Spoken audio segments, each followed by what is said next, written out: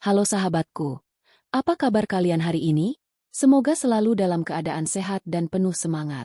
Hari ini, di channel Cerita Aulia, kita akan menyelami sebuah kisah balasan yang akan menguji emosi sampai ke titik didih.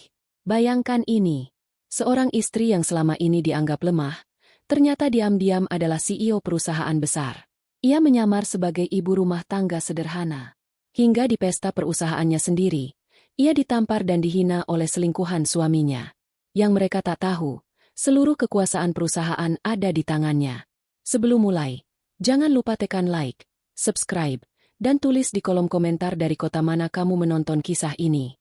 Dan buat kamu yang subscribe, aku doakan tahun ini bisa beli rumah impian, semua hutang-hutangnya segera lunas, dan rezekinya mengalir deras tanpa henti.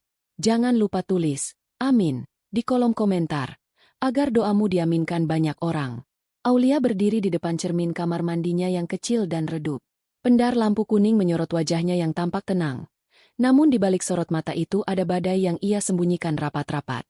Tangannya perlahan merapikan kerah gaun midi berwarna beige yang sudah ia pakai berulang kali. Gaun itu sederhana, modelnya pun biasa saja, tidak mencolok, tidak berkilau.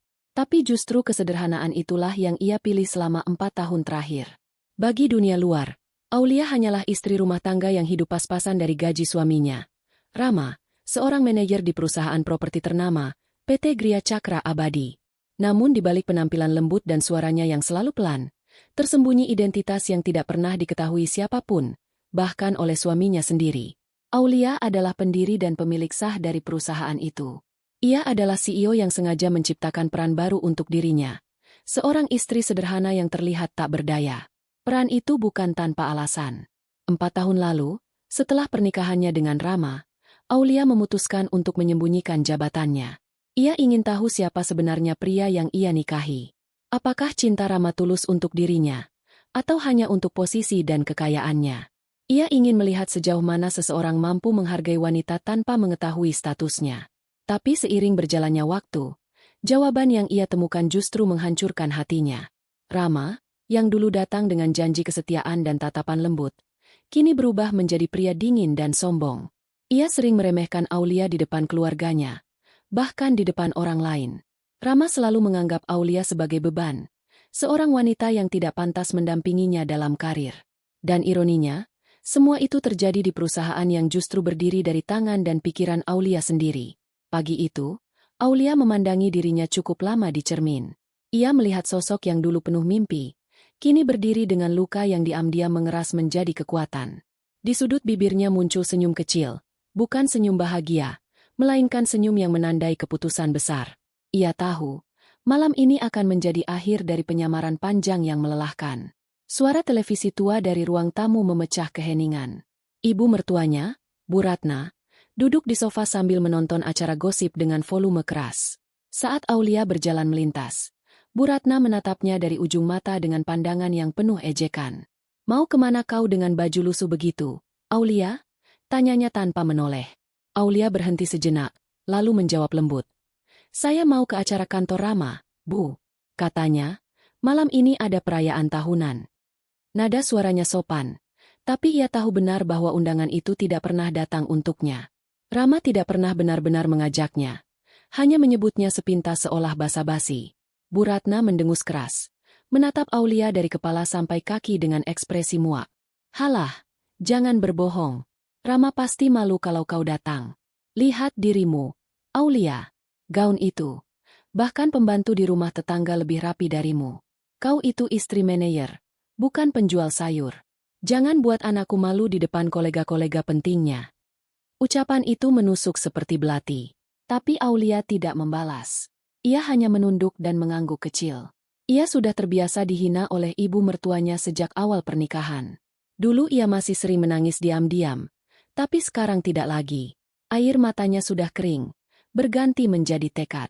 Saat Aulia meraih tas tangan kecilnya, Rama keluar dari kamar dengan setelan jas abu tua yang tampak baru.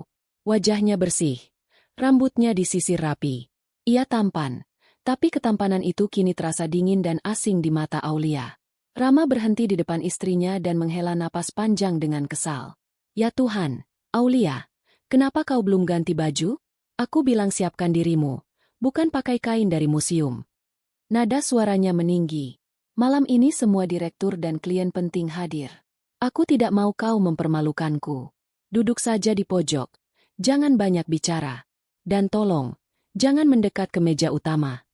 Aulia menatap suaminya dengan tenang. Saya mengerti, Mas. Saya hanya ingin mendukungmu. Itu saja. Rama mendengus dan mengambil kunci mobil. Dukunganku butuh tampilan, bukan belas kasihan. Kalau kau mau ikut, jangan ganggu pekerjaanku malam ini. Bu Ratna yang mendengarkan percakapan itu ikut tertawa sinis. Dengar itu, Aulia, kau hanya bayangan. Jadi berperilakulah seperti bayangan. Jangan bikin malu keluarga ini. Aulia tersenyum kecil, tapi matanya sayu. Ia tak membalas. Hanya mengikuti langkah Rama menuju mobil seperti seorang pengikut setia. Di sepanjang perjalanan menuju hotel tempat pesta diadakan, Rama sibuk dengan ponselnya, sesekali tersenyum kecil ke layar.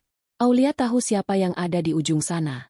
Namanya Melisa, karyawan cantik di bagian hubungan investor, sekaligus selingkuhan suaminya. Setiap getaran ponsel Rama terasa seperti pukulan di dada Aulia. Tapi ia tetap diam. Ia sudah tahu semuanya. Bahkan lebih dalam dari yang Rama bayangkan. Seluruh komunikasi antara Rama dan Melisa sudah terekam dalam data perusahaan. Tapi malam ini, ia tidak ingin membongkar rahasia itu dengan amarah. Ia akan melakukannya dengan cara yang jauh lebih elegan, dengan kebenaran dan kuasa yang sah. Mobil berhenti di depan ballroom Hotel Bintang 5.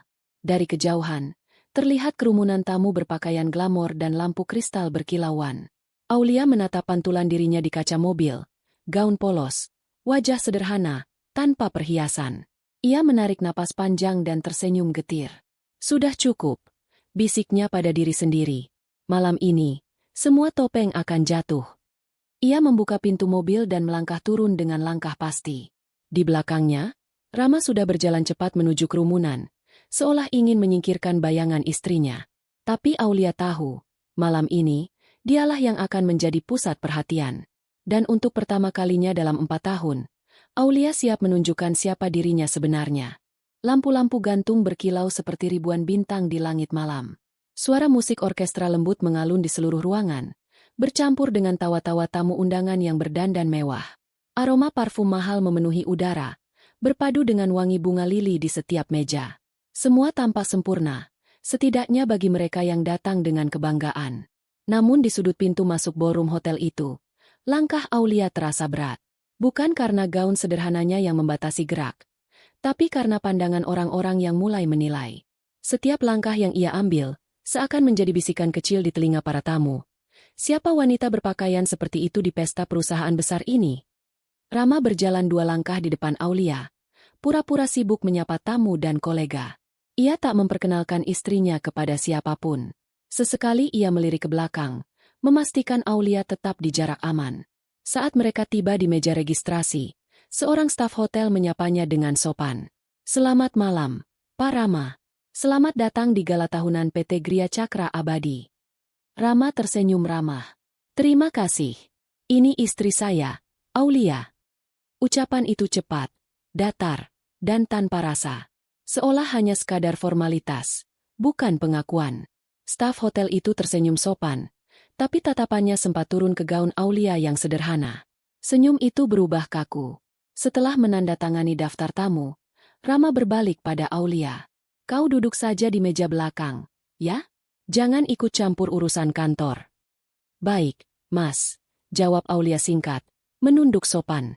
Ia berjalan ke arah meja paling ujung, dekat tirai besar dan jauh dari panggung utama. Dari sana, ia bisa melihat seluruh ruangan tanpa terlihat terlalu jelas. Posisi yang sempurna untuk seseorang yang ingin mengamati. Rama berbaur dengan para tamu. Tawanya keras, gesturnya percaya diri, dan senyumnya palsu.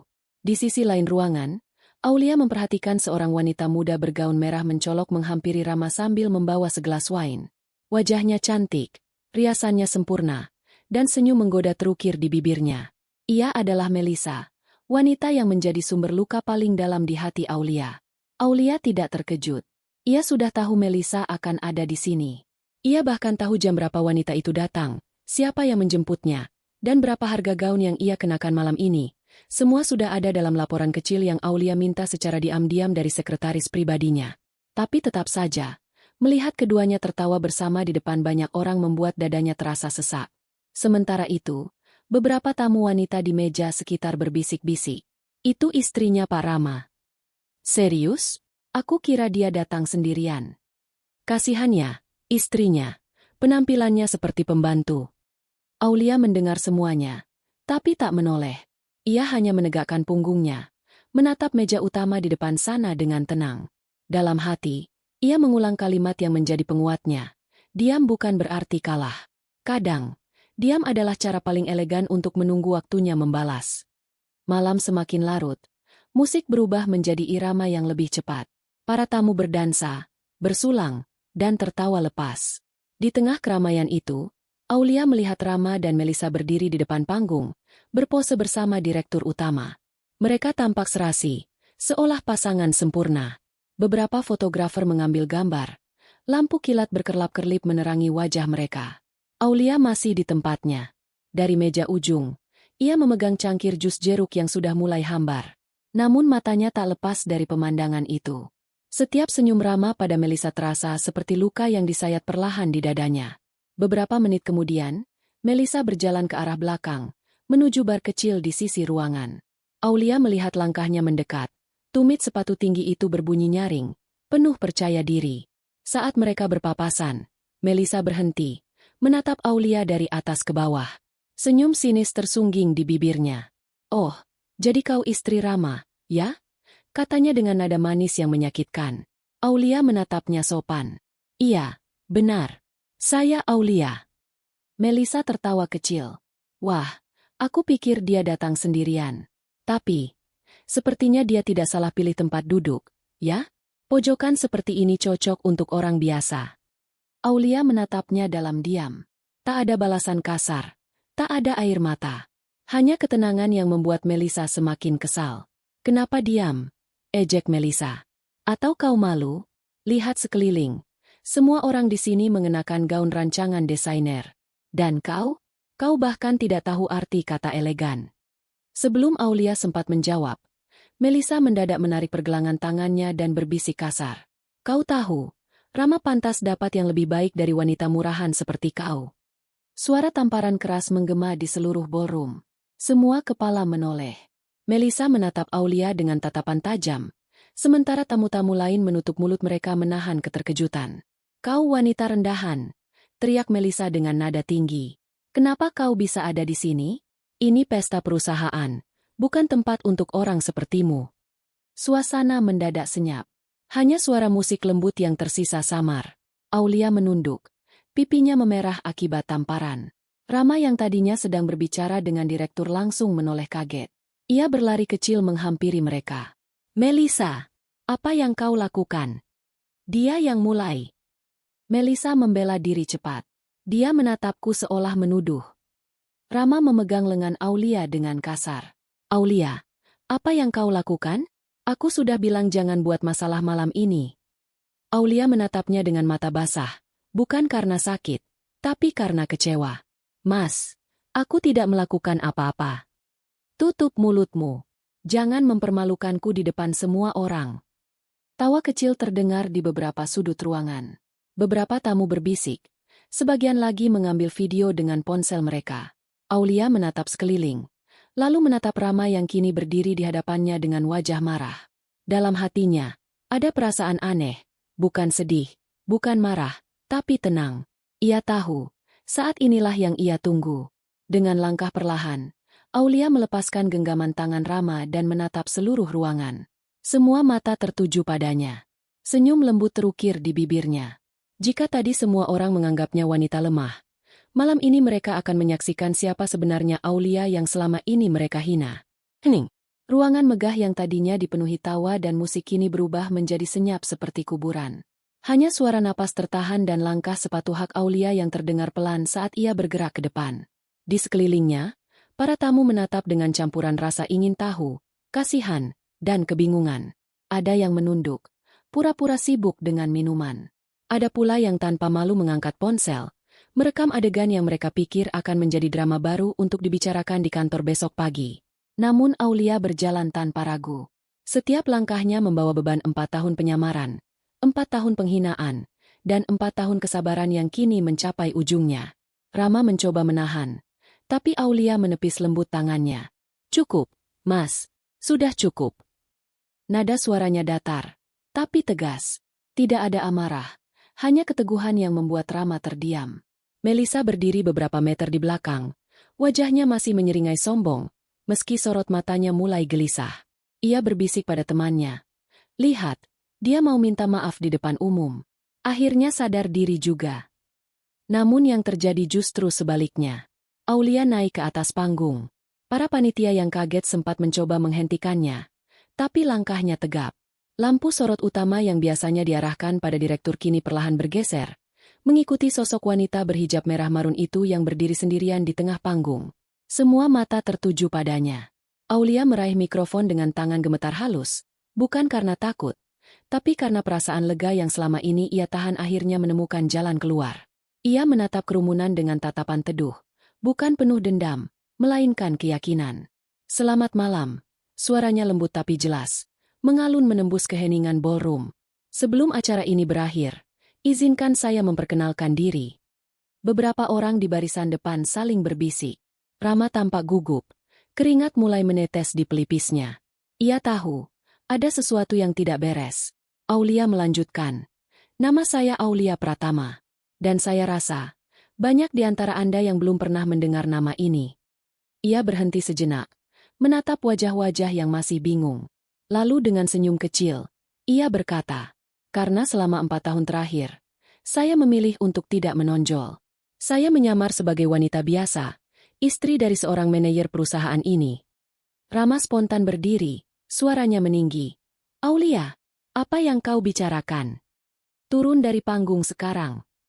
Namun suara Aulia justru semakin tenang. Tenang saja, Mas. Aku hanya ingin mengucapkan beberapa hal, sebagai penutup dari sandiwara panjang yang aku mainkan. Ballroom makin hening.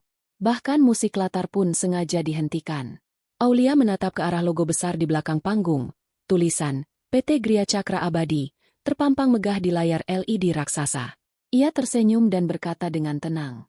Perusahaan ini berdiri 8 tahun lalu dengan visi untuk menjadi pengembang properti terbesar di negeri ini.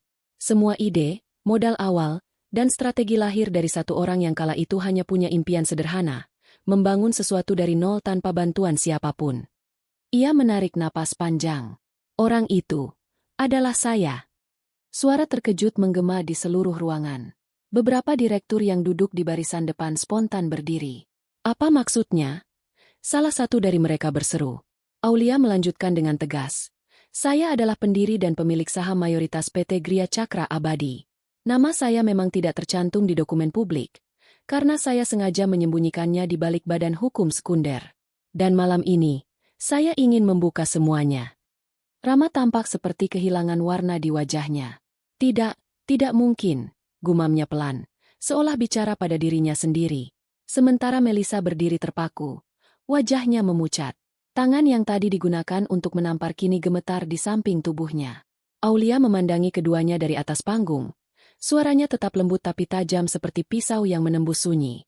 4 tahun saya diam, menyaksikan bagaimana suami saya memperlakukan saya seolah beban. Saya sabar ketika orang-orang di rumah menghina saya.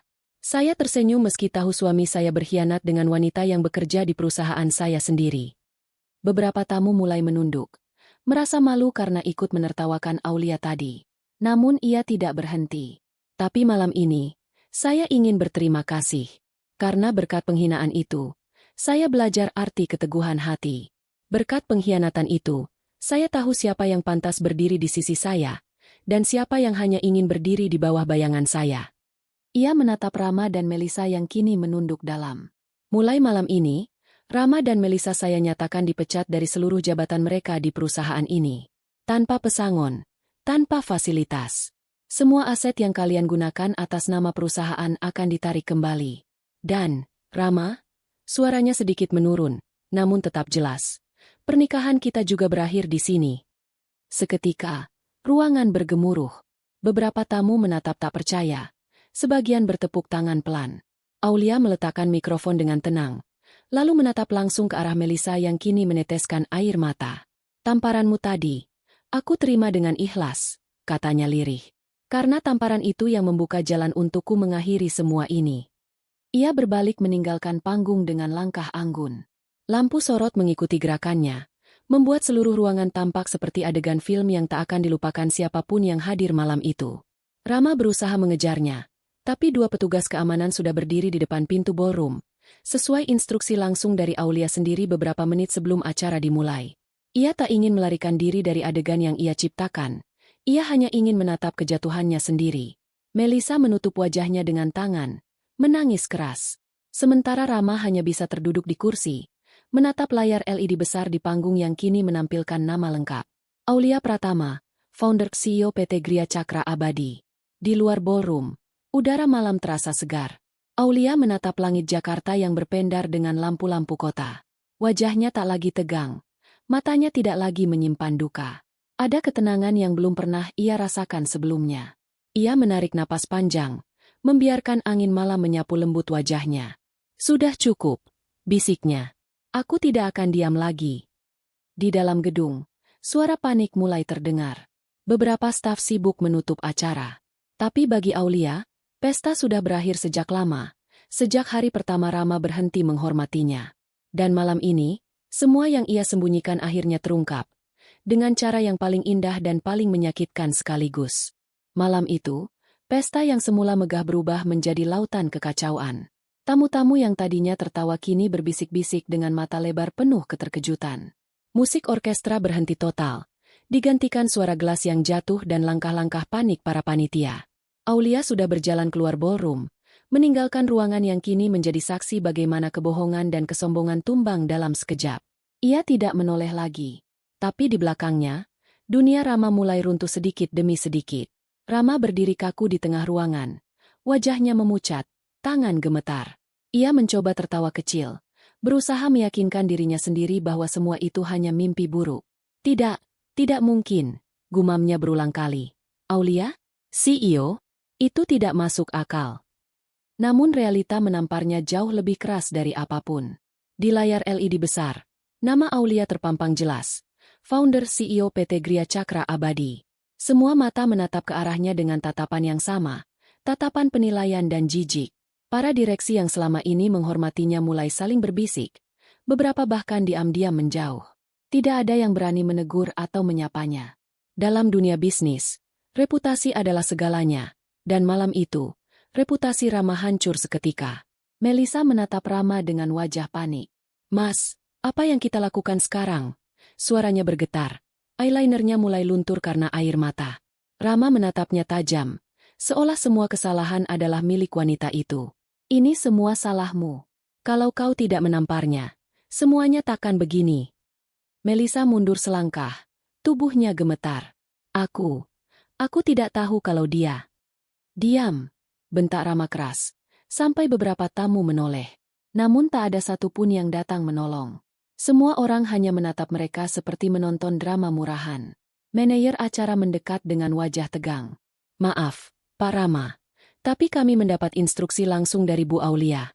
Anda dan tamu Anda diminta meninggalkan tempat ini." Nada suaranya sopan, tapi tegas. Rama menatapnya tak percaya. "Apa maksudmu?" "Ini acara perusahaan." "Betul, Pak," jawab sang manajer dengan berat. "Tapi perusahaan itu milik beliau." Kata-kata itu seperti palu godam yang menghantam dada Rama. Ia tidak punya kekuatan untuk membantah. Para staf hotel mulai mendekat, dan tanpa berkata apapun lagi, Rama menyeret Melisa keluar dengan langkah gontai. Begitu pintu ballroom tertutup di belakang mereka, udara dingin malam menyambut wajah mereka yang pucat. Di luar, lampu-lampu kota berkilau indah, kontras dengan hati Rama yang gelap dan kacau. Ia berjalan tanpa arah, sementara Melisa hanya bisa menangis di belakangnya. Mobil mereka masih terparkir di depan hotel, tapi satpam yang tadi menyambut dengan ramah kini menatap tanpa ekspresi. Dunia seolah membalikkan punggungnya pada Rama. Di dalam mobil, keheningan terasa mencekik. Melisa akhirnya bicara pelan. "Mas, kita bisa bicara dengan dia, kan?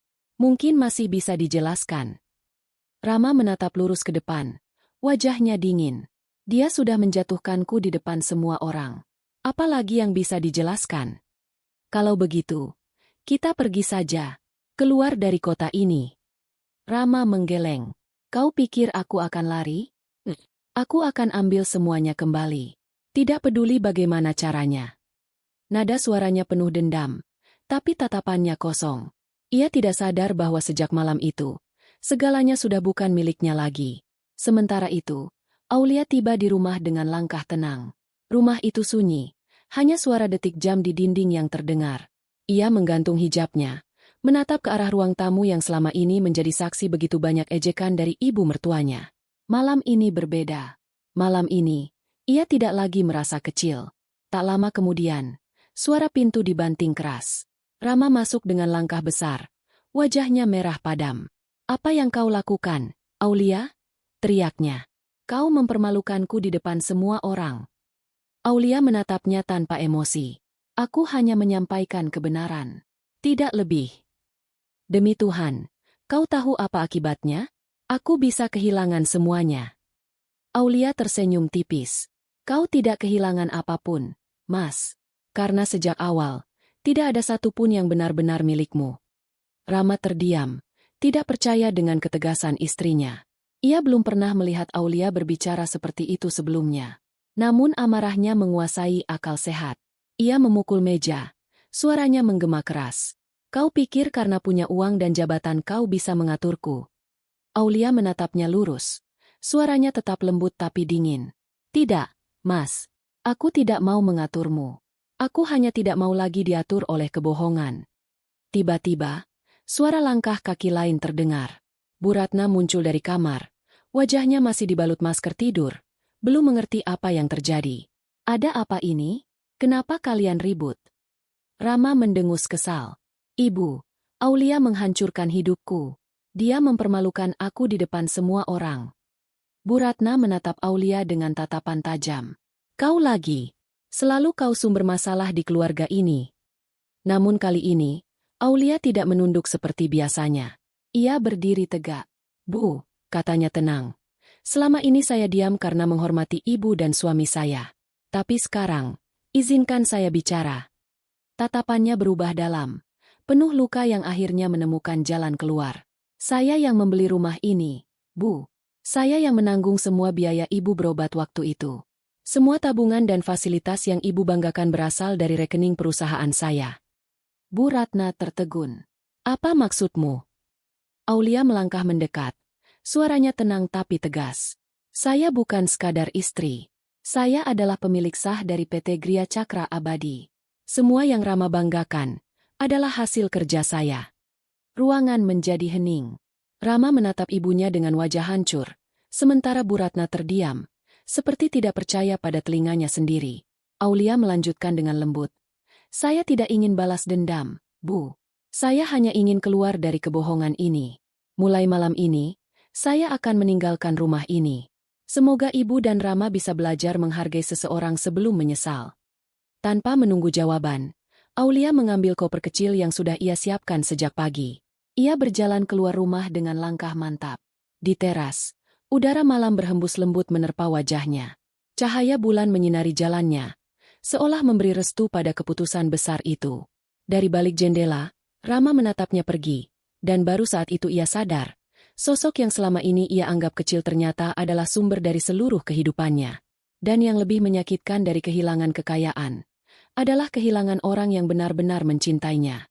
Malam itu menjadi batas antara dua dunia. Dunia lama Aulia yang penuh luka dan diam. Dan dunia baru yang ia pilih sendiri. Dunia di mana ia akhirnya berdiri sebagai dirinya yang sesungguhnya. Pagi pertama setelah Aulia pergi terasa sepi. Rumah besar yang biasanya dipenuhi aroma kopi dan suara langkah lembutnya kini hanya menyisakan keheningan dan udara dingin. Rama duduk di ruang tamu dengan wajah kusut, rambut berantakan, dan mata sembab karena semalaman tak tidur. Di depannya, surat pernyataan dari kantor hukum Aulia tergeletak di atas meja, kertas yang mengubah seluruh hidupnya. Di atas kertas itu tertulis tegas.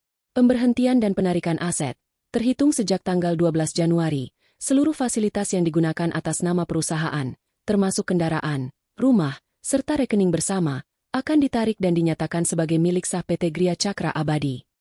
Tangannya bergetar saat membaca ulang kalimat itu. Ia tidak percaya. Rumah yang ia tinggali selama ini ternyata dibeli dengan uang Aulia. Mobil yang ia banggakan setiap kali pergi ke kantor pun, ternyata atas nama perusahaan.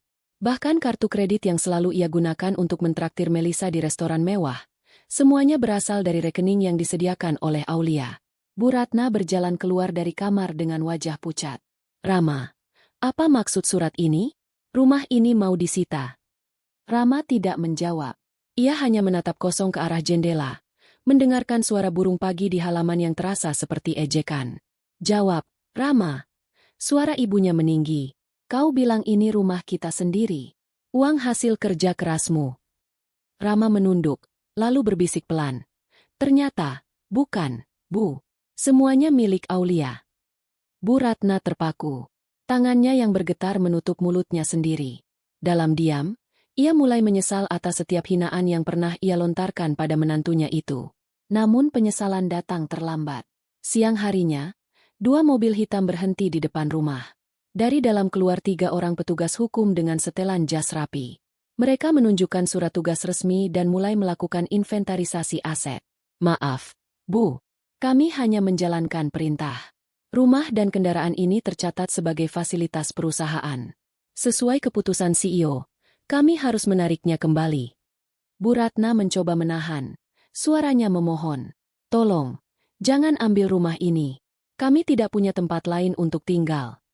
Tapi petugas hanya menggeleng. Maaf, Bu. Kami hanya menjalankan prosedur hukum. Rama berdiri di teras, menatap 2 truk besar yang mulai mengangkut barang-barang mereka. Sofa, televisi, meja makan, bahkan lukisan di dinding, semuanya diangkat satu persatu. Dalam hitungan jam, rumah yang megah itu berubah menjadi ruangan kosong berdebu. Ia menatap ke arah garasi dan melihat mobil hitam kebanggaannya dibawa pergi. Mobil yang dulu membuatnya merasa lebih tinggi dari siapapun kini meluncur meninggalkannya tanpa suara, seolah ikut membawa sisa harga dirinya. Bu Ratna akhirnya duduk di lantai, menangis keras sambil menutupi wajah. Ya Tuhan! Apa yang telah kita lakukan? Semua ini karena kesombongan kita sendiri. Rama tidak berkata apa-apa. Ia terlalu hancur untuk menjelaskan apapun. Dalam pikirannya, ia mengulang-ulang setiap kata yang pernah ia ucapkan pada Aulia.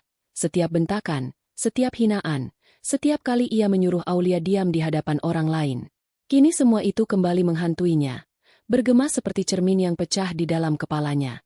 2 hari kemudian, Rama dan ibunya pindah ke sebuah rumah kontrakan kecil di pinggiran kota.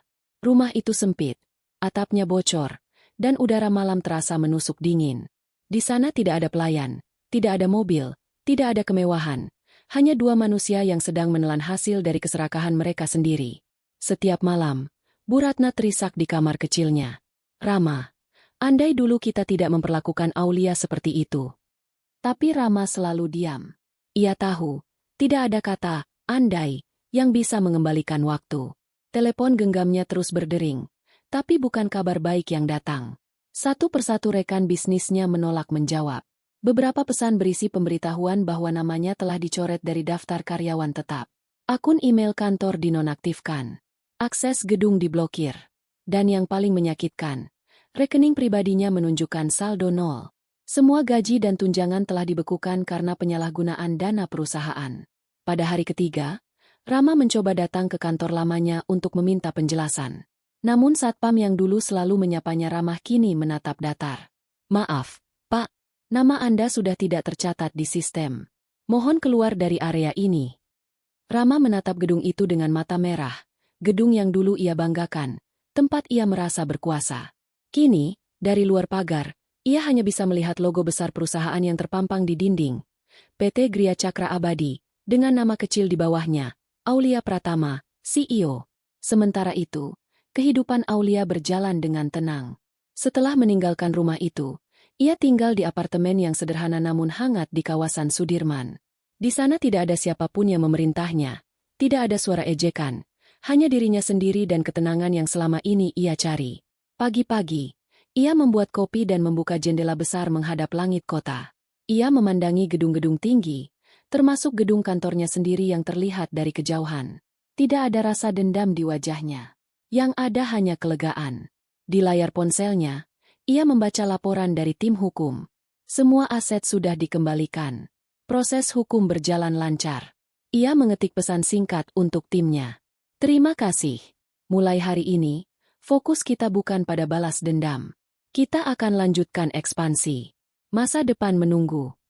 Kemudian, Aulia menutup laptopnya dan menatap pantulan dirinya di kaca jendela.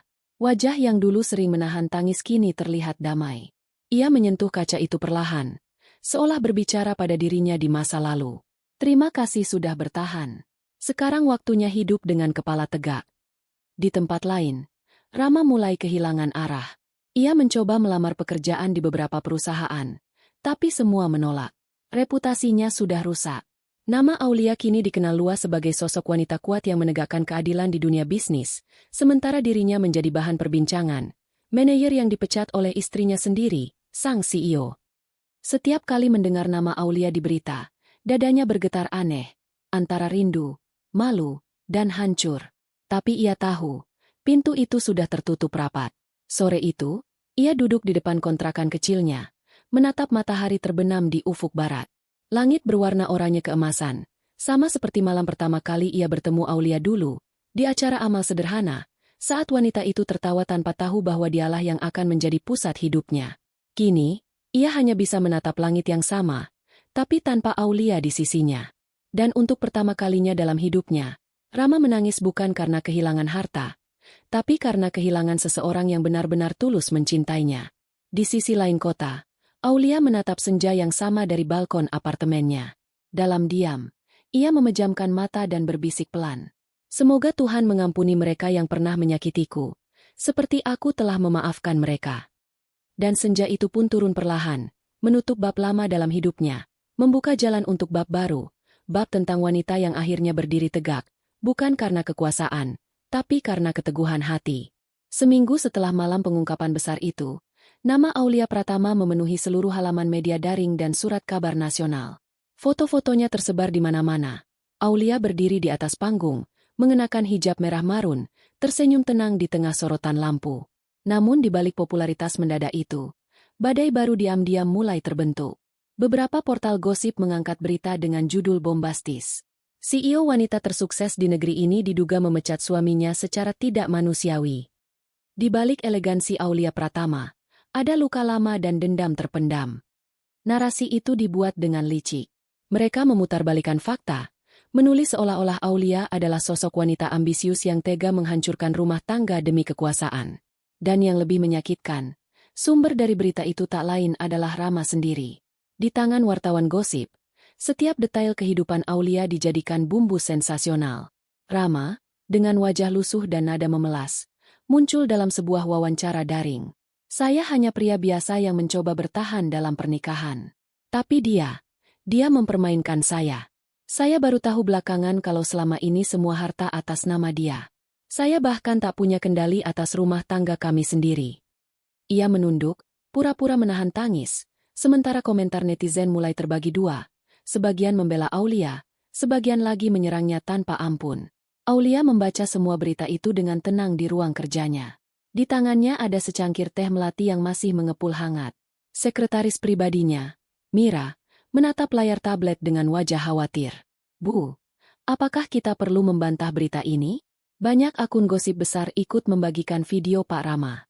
Beberapa bahkan mengaitkannya dengan rumor lama tentang merger perusahaan. Aulia menatap keluar jendela, melihat langit Jakarta yang sedang mendung. Tidak, Mira, kita tidak perlu membantah kebohongan dengan amarah. Kebenaran selalu menemukan jalannya sendiri. Nada suaranya lembut, tapi tegas. Biarkan mereka berbicara. Kita akan menjawabnya bukan dengan kata, tapi dengan karya. Hari itu, Aulia mengadakan rapat darurat dengan seluruh direksi utama. Ia tidak datang dengan wajah tegang seperti CEO yang sedang terpojok. Sebaliknya, ia tampil anggun mengenakan blazer putih gading dan hijab senada. Raut wajahnya tenang, senyumnya ringan, tapi tatapannya tajam dan berwibawa. Saya tahu, beberapa dari Anda mungkin khawatir dengan berita yang beredar, katanya membuka rapat. Tapi saya ingin Anda semua tenang. Perusahaan ini tidak berdiri karena gosip. Kita berdiri karena kerja keras dan kepercayaan. Dan itu yang akan kita buktikan. Ia lalu menatap layar besar yang menampilkan proyek terbaru, Megacity Pratama, pengembangan kawasan terpadu terbesar yang sedang ia bangun di luar kota. Kita percepat grand opening proyek ini. Bukan untuk menutup isu, tapi untuk menunjukkan bahwa kita tidak hidup dari drama, kita hidup dari hasil nyata. Para direksi terdiam sejenak, lalu satu persatu mengangguk. Aura Aulia menular. Dalam waktu beberapa menit, ruangan yang semula berat kini terasa penuh semangat. Beberapa hari kemudian, Aulia menggelar konferensi pers besar di ballroom hotel yang sama dengan tempat ia pernah dihina. Namun kali ini, suasananya berbeda. Puluhan wartawan hadir, kamera TV nasional berbaris rapi, dan backdrop besar bertuliskan, Aulia Pratama, membangun dengan hati, memimpin dengan integritas. Ia naik ke panggung dengan langkah mantap, mengenakan setelan hitam elegan berpadu hijab krem lembut. Wajahnya memancarkan keteduhan yang membuat semua mata menatap tanpa berkedip. Terima kasih kepada semua pihak yang telah memberi perhatian, ucapnya membuka pidato. Saya tahu, belakangan banyak pemberitaan yang mencoba menilai hidup saya dari sisi yang tidak mereka pahami. Tapi saya percaya, orang tidak diukur dari apa yang dikatakan tentangnya, melainkan dari apa yang ia lakukan untuk orang lain. Beberapa wartawan mencatat cepat. Ada yang mencoba memotret dari berbagai sudut, tapi Aulia tetap fokus. Perusahaan ini lahir bukan dari kekuasaan, tapi dari niat baik. Dan karena itu, mulai bulan depan, sebagian keuntungan proyek Megacity akan saya salurkan untuk beasiswa anak-anak yatim dan pelatihan kerja bagi ibu rumah tangga. Ucapan itu langsung disambut tepuk tangan panjang. Dalam satu kalimat, Aulia membalikkan semua narasi negatif. Ia tidak membela diri dengan argumen. Ia mengubah arah pembicaraan menjadi aksi nyata yang tak terbantahkan. Setelah konferensi usai, salah satu wartawan mendekat dan bertanya, Bu Aulia, bagaimana tanggapan Anda tentang tuduhan mantan suami Anda bahwa Anda mempermalukannya di depan umum? Aulia berhenti sejenak, lalu menatap lensa kamera dengan senyum lembut. Saya tidak pernah bermaksud mempermalukan siapapun. Saya hanya memperjuangkan hak saya yang selama ini dirampas dalam diam. Kadang, kebenaran memang menyakitkan, tapi itu tetap kebenaran. Jawaban itu tersebar luas dalam hitungan jam. Cuplikan videonya viral di semua media sosial, dengan komentar-komentar seperti, "Anggun banget jawabnya, nggak marah tapi menusuk hati." Inilah definisi wanita kuat tapi tetap lembut. Citra Aulia kembali melonjak. Saham perusahaannya yang sempat turun kini justru naik tajam 2 kali lipat. Media yang sebelumnya menyerang mulai menulis artikel baru. Aulia Pratama bangkit dengan elegansi, CEO wanita yang menginspirasi. Sementara itu, Rama menatap berita itu dari layar ponselnya di kamar kontrakan sempitnya. Ia duduk di kasur tipis, wajahnya tanpa ekspresi. Di sampingnya, Bu Ratna tertidur dengan batu kecil sesekali. Rama menggulir layar, melihat Aulia tersenyum di depan kamera, mengenakan blazer putih dan hijab yang anggun. Dalam hatinya, timbul perasaan aneh, campuran antara kekaguman, penyesalan, dan kehancuran. Ia tahu, permainan sudah selesai. Aulia tidak hanya menang secara hukum atau materi, tapi juga menang secara moral. Ia menutup ponsel pelan, lalu menatap langit-langit kamar yang lembab. Untuk pertama kalinya, Rama benar-benar menyadari betapa besar sosok yang selama ini ia rendahkan. Wanita itu bukan hanya istrinya. Ia adalah kekuatannya yang hilang, sekaligus cerminan dari semua yang ia buang karena kesombongan. Dan di luar sana, Aulia kembali melangkah keluar dari hotel, dikerubungi wartawan yang menyorotinya dengan kagum. Tapi ia tidak mencari sorotan. Ia hanya berjalan menuju mobilnya, menatap langit yang kini mulai cerah. Dalam hati, ia berbisik pelan, biarlah masa lalu berbicara sendiri. Aku sudah membalas semuanya, dengan ketenangan. Malam turun perlahan di langit Jakarta. Lampu-lampu gedung berpendar lembut di kejauhan, seperti bintang yang memilih tinggal lebih dekat dengan bumi. Di balkon apartemennya yang menghadap kota, Aulia berdiri dengan secangkir teh hangat di tangan. Angin lembut meniup ujung hijabnya, membawa aroma hujan yang baru saja reda. Ia menatap ke bawah, melihat ribuan kendaraan melintas dengan lampu merah dan putih yang bersilangan, seolah menggambarkan hidup manusia, penuh arah, tapi tak semua menuju tempat yang sama. Di dalam hati, Aulia menghela napas panjang. Untuk pertama kalinya setelah sekian lama, dadanya terasa ringan. Tidak ada kemarahan, tidak ada keinginan untuk membalas. Hanya rasa syukur yang pelan-pelan tumbuh di dalam diam. Selama berminggu-minggu terakhir, hidupnya seperti novel yang terbuka di hadapan publik. Semua orang membicarakan namanya. Ada yang memujinya, ada pula yang mengutuknya. Tapi Aulia tidak lagi peduli. Ia tahu, hidup bukan tentang membuktikan diri kepada dunia, melainkan tentang berdamai dengan hati sendiri. Setelah konferensi pers besar itu, Aulia sengaja mengambil cuti singkat. Ia menolak semua undangan wawancara, menutup ponselnya untuk sementara, dan pergi ke sebuah villa kecil di puncak. Di sanalah, jauh dari kebisingan kota dan sorotan kamera, ia menenangkan diri dan kembali memeluk keheningan yang dulu sering ia lupakan. Pagi-pagi, ia bangun lebih awal dari biasanya. Ia menyalakan lilin kecil di teras villa, lalu duduk di atas kursi rotan sambil memandangi kabut yang turun perlahan di antara pepohonan. Burung-burung berkicau, udara lembab menyelimuti kulit, dan aroma tanah basah memberi rasa damai yang tak bisa dibeli oleh kekayaan apapun. Dalam diam, Aulia berdoa, bukan untuk meminta balasan atau keadilan, tapi untuk mengucapkan terima kasih. Ya Allah, terima kasih karena Engkau membiarkan aku hancur, agar aku belajar membangun diri dengan cara yang benar. Air matanya jatuh perlahan. Tapi kali ini bukan air mata duka, melainkan kelegaan. Ia sadar, semua luka yang pernah ia alami adalah jalan menuju kekuatan yang tidak akan pernah ia temukan jika hidupnya terus nyaman dan sempurna. Beberapa hari di sana membuatnya melihat kehidupan dari sudut berbeda. Ia berjalan ke pasar tradisional, membeli sayur dari ibu-ibu tua yang tersenyum tanpa pamrih. Ia berbicara dengan penjaga villa yang hidup sederhana tapi tampak selalu bahagia. Mereka tidak tahu siapa dirinya, dan Aulia tak merasa perlu menjelaskan.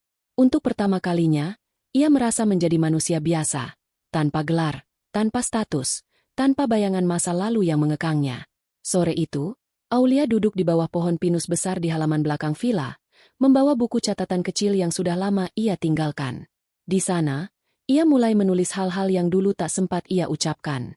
Aku tidak membenci siapapun. Aku berterima kasih pada setiap orang yang membuatku menangis, karena dari merekalah aku belajar bertahan. Aku bukan korban. Aku adalah pemenang yang memilih untuk tetap lembut. Tulisan-tulisan itu mengalir begitu saja. Setiap kata seperti menenangkan luka yang pernah berdarah. Ketika malam datang, Aulia menyalakan lilin di kamar, duduk di sajadah, dan kembali bersujud lama. Doanya sederhana, tapi tulus. Ya Tuhan, jangan biarkan hatiku keras hanya karena aku pernah disakiti. Ajari aku mencintai tanpa pamrih, memaafkan tanpa batas, dan berjalan tanpa menoleh ke belakang. Air matanya kembali menetes, membasahi sajadah, namun kali ini dengan rasa damai yang sulit dijelaskan. Dalam keheningan malam, ia benar-benar merasa dekat dengan Tuhan. Beberapa hari kemudian, Aulia kembali ke Jakarta. Ia disambut oleh Mira di bandara, yang langsung menunduk hormat. Selamat datang kembali, Bu. Semua karyawan menunggu Ibu di kantor. Mereka ingin mengucapkan terima kasih atas program beasiswa dan bantuan sosial yang sudah berjalan. Aulia tersenyum kecil. Aku tidak melakukan itu untuk terima kasih, Mira. Tapi aku senang jika mereka mendapat manfaatnya. Saat tiba di kantor, suasana terasa berbeda. Para karyawan berdiri berbaris di lobi, menatapnya dengan mata berkaca-kaca. Salah satu karyawan wanita mendekat dan berkata, "Terima kasih, Bu Aulia. Karena bantuan dari Ibu, anak saya bisa kembali sekolah." Aulia terdiam sejenak, lalu memeluk wanita itu hangat. "Yang kuat bukan saya," katanya pelan. "Yang kuat adalah orang-orang seperti kalian, yang bertahan tanpa mengeluh." Hari itu, seluruh kantor dipenuhi rasa haru. Bukan karena kekuasaan atau prestasi, tapi karena mereka melihat sosok pemimpin yang memimpin dengan hati, bukan dengan gengsi. Malamnya, Aulia kembali ke apartemen.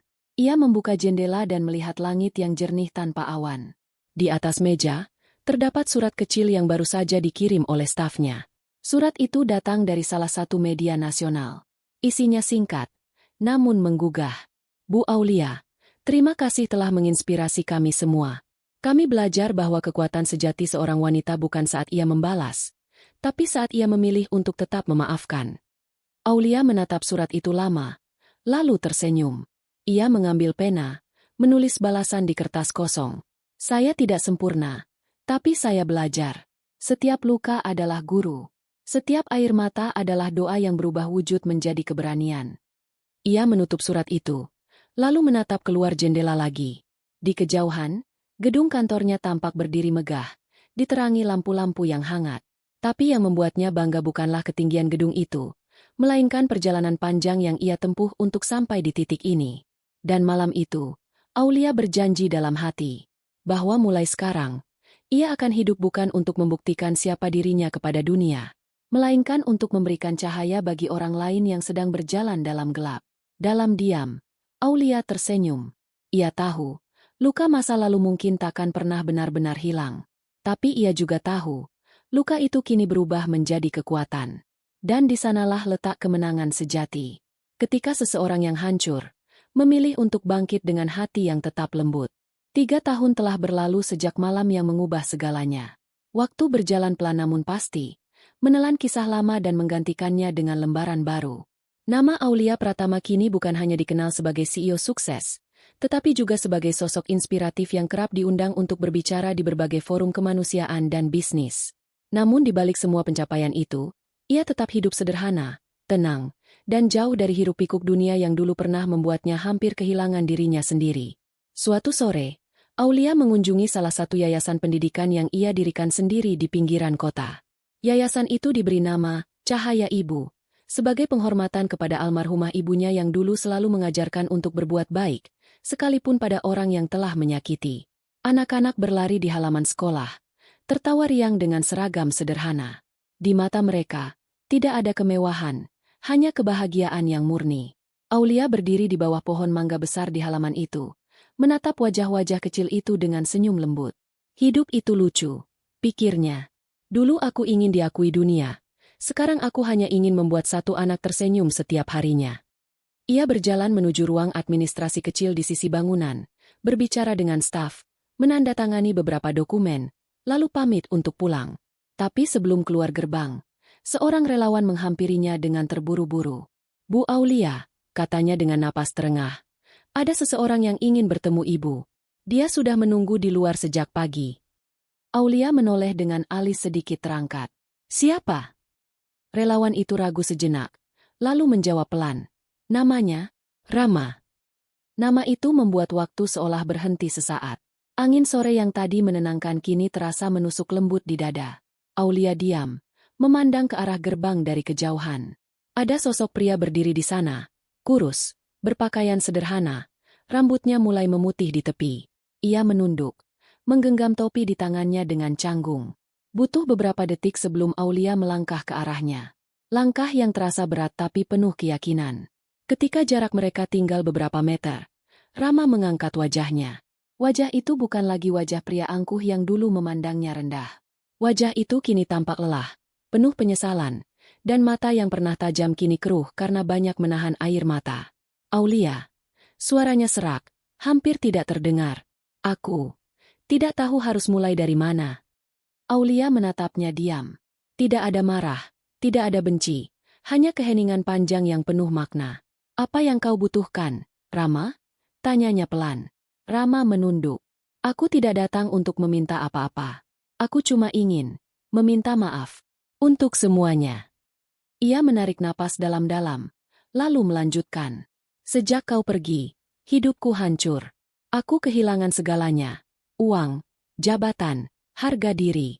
Tapi kehilangan terbesarku bukan itu. Kehilangan terbesarku adalah dirimu. Aku baru sadar. Selama ini aku tidak pernah benar-benar mengenalmu. Aku sibuk mengejar penghormatan dunia, sementara orang yang paling menghormatiku dengan tulus justru kutinggalkan." Aulia masih diam. Matahari sore mulai condong ke barat, memantulkan cahaya keemasan di wajah mereka berdua. "Waktu itu," lanjut Rama dengan suara gemetar, "aku marah padamu. Aku menyebarkan fitnah karena aku ingin membuatmu jatuh. Tapi yang jatuh justru aku sendiri. Aku tidak bisa tidur berbulan-bulan. Aul. Setiap malam wajahmu datang di mimpiku, bukan dengan marah, tapi dengan tatapan tenang. Tatapan itu justru yang paling menyiksa." Ia berhenti sebentar. Suaranya patah. Bu Ratna meninggal 2 tahun lalu. Di hari terakhirnya, dia bilang satu hal, "Temui Aulia. Minta maaf sebelum terlambat." Rama mengusap matanya. "Dan hari ini, aku hanya ingin menepati pesan itu." Aulia menarik napas pelan. Hatinya bergetar, Bukan karena masih sakit, tapi karena rasa iba yang muncul begitu saja. Ia menatap Rama lama, lalu melangkah lebih dekat.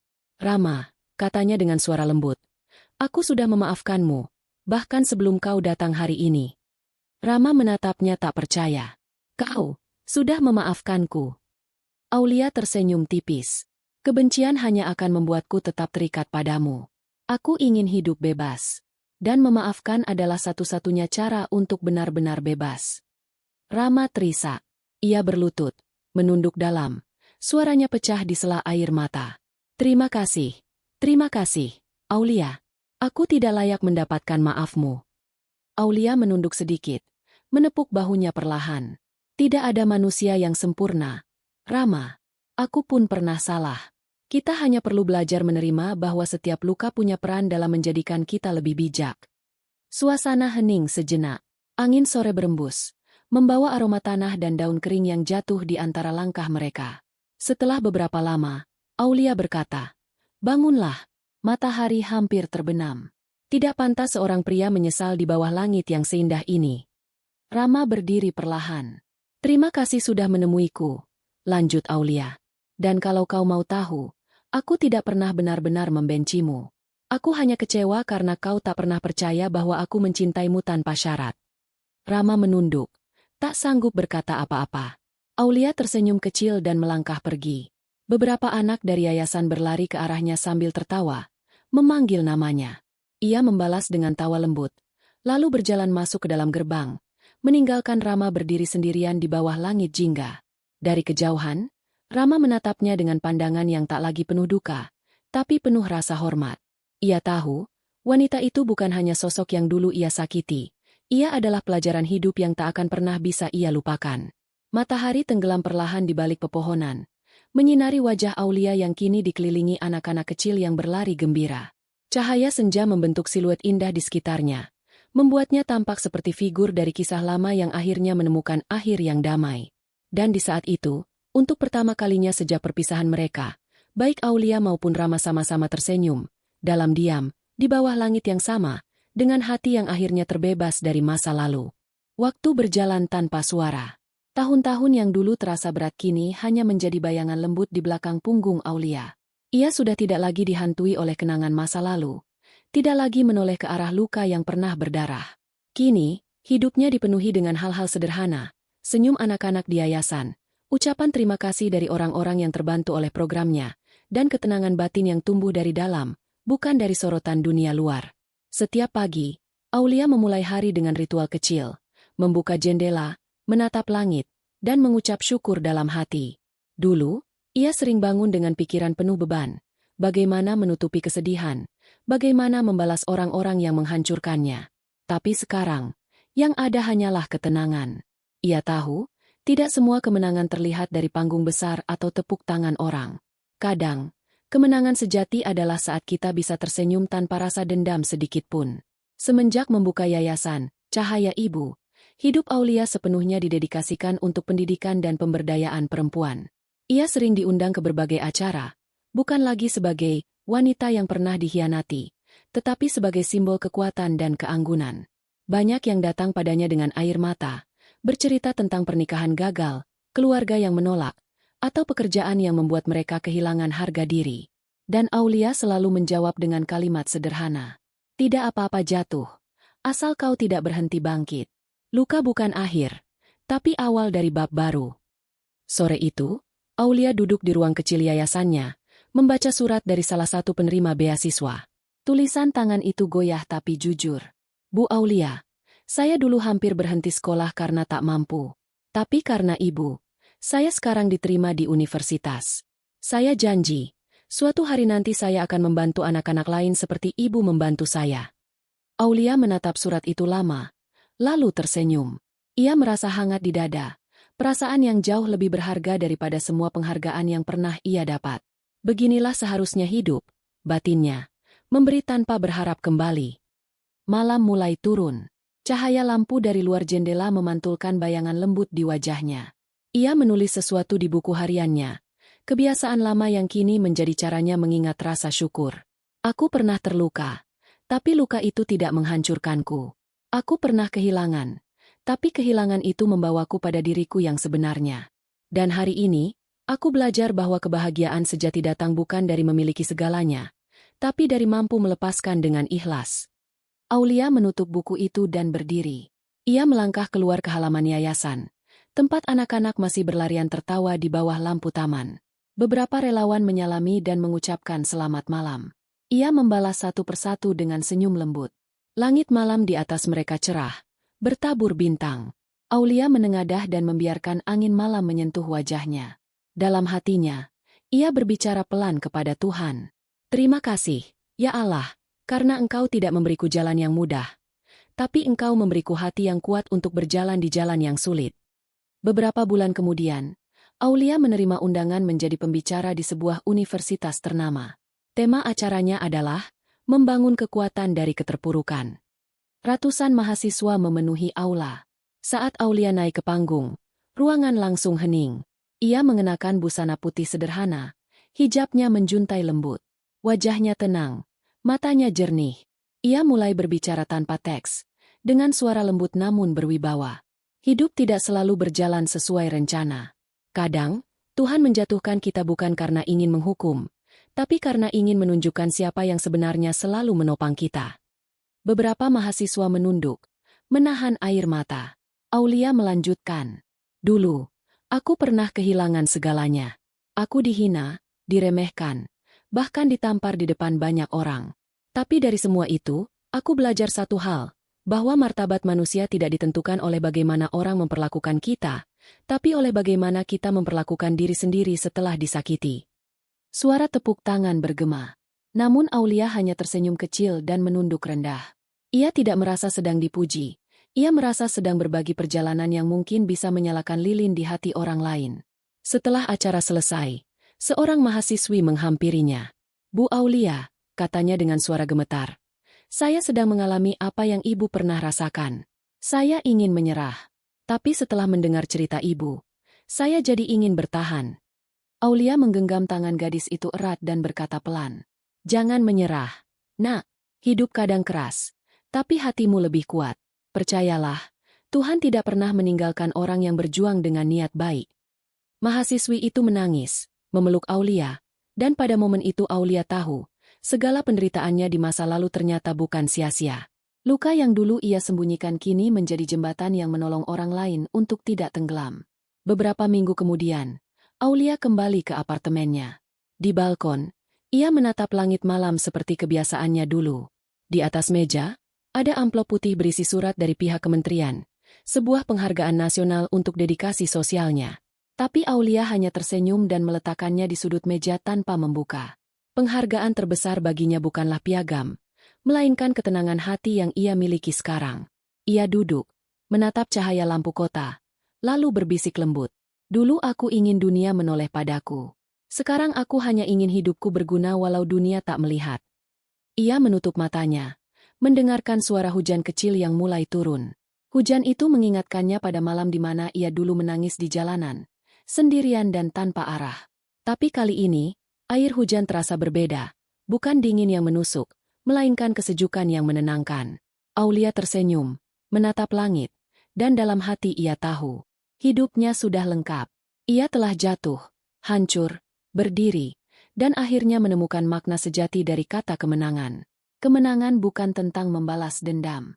Kemenangan adalah saat seseorang yang pernah dijatuhkan bisa bangkit, lalu tetap memilih untuk mencintai dunia dengan hati yang lembut. Dan malam itu, di bawah rintik hujan dan cahaya kota yang berkilau, Aulia menutup matanya dengan damai.